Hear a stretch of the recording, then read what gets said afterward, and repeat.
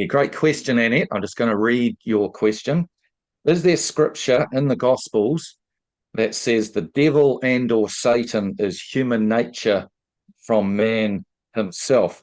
And although this scripture isn't from the Gospels, it's still New Testament. Hebrews 2:14 is the best scripture I would think of. And it says this, and it's talking about Jesus. Therefore, since the children have flesh and blood, he himself also shared the same nature, so that by his death he might destroy the one who has the power of death, that is the devil. So what it's saying here is that Jesus, firstly, and there's quite a few major points to this. Firstly, just as we have flesh and blood, human nature, he partook of the same. That's a very important truth. So Jesus wasn't a Trinitarian Jesus. He was a human inheriting our sinful nature. He could have sinned, as we saw from 2 Samuel. And that by dying, he destroys the devil. Now, if the devil is a fallen angel, how does dying destroy a supernatural being? It can't. And in actual fact, Christians like to think the devil's still roaming around. It says he was destroyed. So therefore, that's not what it's talking about. Jesus, by dying, destroys the devil because, you see, there is a link between the thoughts.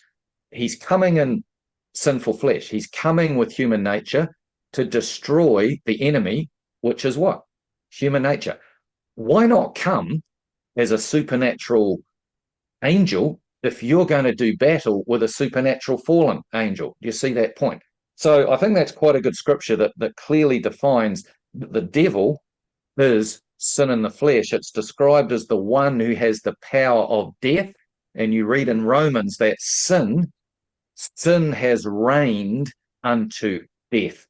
So therefore, again, letting scripture interpret scripture, the one who has the power of death, scripture says, is sin, that is the devil. So that would be my answer to that. Yeah, and then in Revelation, right at the very end, it says the final enemy, death, is destroyed. Mm. So that's Yep. the whole link there.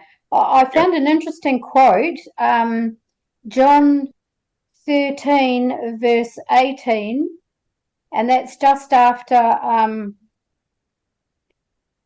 with Judas. It says, I speak not to you all, I know whom I have chosen, but that the scripture may be fulfilled. He that eateth bread with me hath lifted up his heel against me. That's that irony of that Yeshua will crush the heel of the serpent, and yet in a sense, the devil, the adversary, would then try and crush him by lifting up his heel, but can't. Yeah. And of course, Judas is called, isn't he? And also in John 6:70, Jesus says, have not I chosen you 12, and one of you is a devil. Now, was Judas a supernatural fallen angel? No. He was just saying, you're a devil, because the word devil means, it's diabolos in Greek, means false accuser. You are going to deceive and falsely accuse. Therefore, he gets the title devil. So anyone controlled by the sinful nature that's within us, devil is a synonymous term. So yeah, thanks for that question. Sorry, what was that quote again that you mentioned? That what About the 12 Judas? is one among you? Yeah, that's John 6, verse 70. Thank you.